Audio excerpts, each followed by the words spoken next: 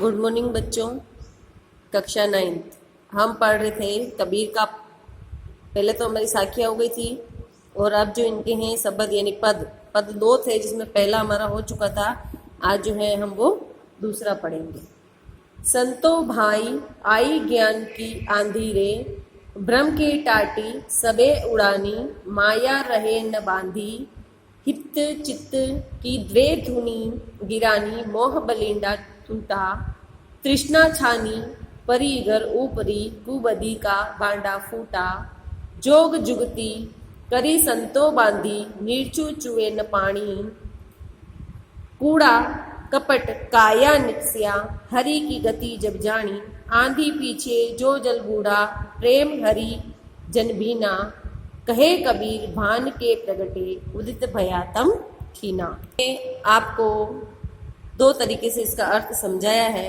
पहला ये कि जब आंधी आती है तो एक जो झोपड़ा होता है उसमें हम एक बीच में एक बड़ा सा लकड़ा लगता है जिसको बलिंडा कहा जाता है। वो बलिंडा लगाया हमने, उसको अच्छे से उसको बांध दिया, डोरियों से उसको बांध दिया। लेकिन जब तूफान आया तो वह बलिंडा जो था, वो छत जो थी उस झोंपड़ी की, वो सारी उड़ गई और झोंपड़ी के अंदर जो मटका भरा हुआ था वो भी टूट गया। तो इस तरीके से कहा है कि चाहे कितना ही हमने उस घर को जोड़ तोड़ कर बनाया था, लेकिन जैसे ही आंधी आई तो सारा जो मटका था वो टूट गया, झोंपड़ी जो थी टूट गई, छज्जा उसका उड़ गया, बलिंडा भी टूट गया। और उसके झोंपड़ी के तूफान आने के बाद, आंधी आने के बाद जो बहुत तेज बारिश हुई तो झोंपड़ी के अंदर जो कचरा था वो सारा कचरा उस पानी में बहकर निकल गया। ये तो एक साधारण अर्थ है। इससे क्या कहना चाहते हैं कबीरदास जी? कहना चाहते हैं टाटी यानी फट्टियों से बना हुआ पर्दा, माया यानी अज्ञान का बंधन, है ना। तो कबीर का कहना है कि जब आत्मज्ञान की प्राप्ति होती है पर मनुष्य का जो हृदय होता है वो निर्मल हो जाता है। आध्यात्मिक ज्ञान की बातें कर रहे हैं और जो ईश्वर से प्रेम होने के बाद जो प्राप्त होता है वो बताया है कि पहले तो हमें पता ही नहीं है कि ईश्वर का प्रेम होता है क्या है। जब हमें पता चला, आंधी आई किसकी? ईश्वर प्रेम की। यानी जब हमें ईश्वर का ज्ञान प्राप्त हुआ कि ईश्वर है क्या, तब क्या हो गया? मनुष्य का जो हृदय था वो निर्मल हो गया है। क्यों? क्योंकि उसे आत्मज्ञान प्राप्त हो गया है। और उसके हृदय में ईश्वर का ज्ञान प्राप्त होने के बाद उसके हृदय में जो बसे थे भ्रम, माया, स्वार्थ, मोह, तृष्णा, कुविचार, दुर्गुण, ये सारे जो होते हैं नष्ट हो जाते हैं। जिस प्रकार बारिश आने पर सारा कचरा जो है वो साफ हो जाता है, उसी प्रकार ईश्वर की ज्ञान की प्राप्ति हो जाने के बाद ये सारे दुर्गुण, कुविचार, स्वार्थ, मोह, माया, ये सारे जो है नष्ट हो जाते हैं और उसके मन में ईश्वर प्रेम व्याप्त हो जाता है। ज्ञान की आंधी, आंधी की तुलना किससे कहा है?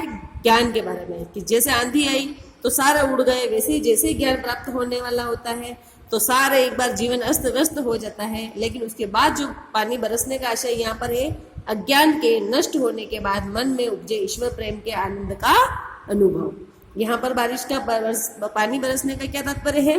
कि जब आंधी आई हमारे अज्ञान रूपी को, सारा जितना भी अज्ञान था उसको उसने पानी बरसात होने के बाद उसको बहाकर ले गए। यानी जब जैसे ही ईश्वर प्रेम हमारे अंदर उपजा, हमने आनंद का अनुभव किया। जिस प्रकार आंधी पीछे जो जल बूढ़ा, प्रेम हरि जन बीना, कहे कबीर भान के प्रगटे, उदित भयातम खीना। भान यानी सूर्य के उदय होने पर अंधकार मिट जाता है।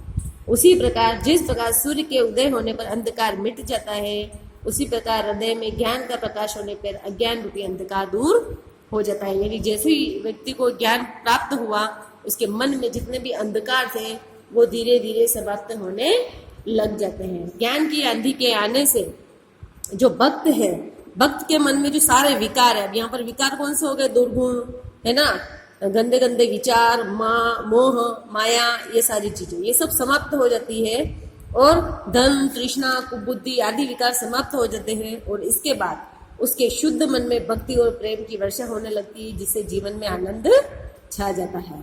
इसमें आंधी पीछे जो जल बूढ़ा का तात्पर्य ये है कि ईश्वर ज्ञान हो जाने के बाद प्रभु प्रेम के आनंद की जो वर्षा हुई, उस आनंद में भक्त का हृदय पूरी तरह जो है वो तन्मय हो जाता है। यानी वो सारी चीजें जो हैं, ऐसी चीजें वो भूल जाता है। कबीर ने ईश्वरीय ज्ञान की आंधी आने पर सांसारिक मोह नष्ट हो जाता है और स्वार्थ चिंतन समाप्त हो जाता है। यानी हम अपने बारे में ही नहीं सोचते हैं, जो हम मोह में फंसे रहते हैं उन चीजों को भूल जाते हैं। तृष्णा कुबुद्धि आदि विकार ये सारे नष्ट हो जाते हैं और जो मन है हमारा शुद्ध हो जाता है। जिस प्रकार बारिश आने पर जो है जमीन है घर है वो शुद्ध हो जाते हैं, सारा कचरा निकल जाता है, उसी प्रकार ईश्वर का ज्ञान प्राप्त होने पर हमारे जो दिमाग में मन मस्तिष्क में जो अशुद्धता होती है वो शुद्ध हो जाता है। मन की शुद्धि के बाद प्रभु के प्रति भक्ति भाव जागृत हो जाता है, जिससे भक्त का जीवन आनंदमय हो जाता है। यहाँ कबीर ने मोह को छान में लगने वाला बलिंडा और स्वार्थ बुद्धि को खंबे के रूप में व्यक्त किया है। यहाँ पर जो है आपके कबीर का पाठ जो है पूरा होता है। आप लोगों के जो पेरेंट्स मीटिंग बताई जा रही है उसमें आपको कॉपी लेकर आना है और वो कॉपी हमें चेक करवानी है। जहाँ तक चैप्टर हो जाते हैं आपको अपनी कॉपी में वो सारे पाठ करने हैं। समय पर नहीं करेंगे तो होम असाइनमेंट के जो 10 नंबर मिलेंगे उसमें नंबर कट जाएंगे, इसलिए आप अपना काम समय पर करें और जब भी विद्यालय आए अपनी कॉपी लेके आए और चेक कराएं। Thank you.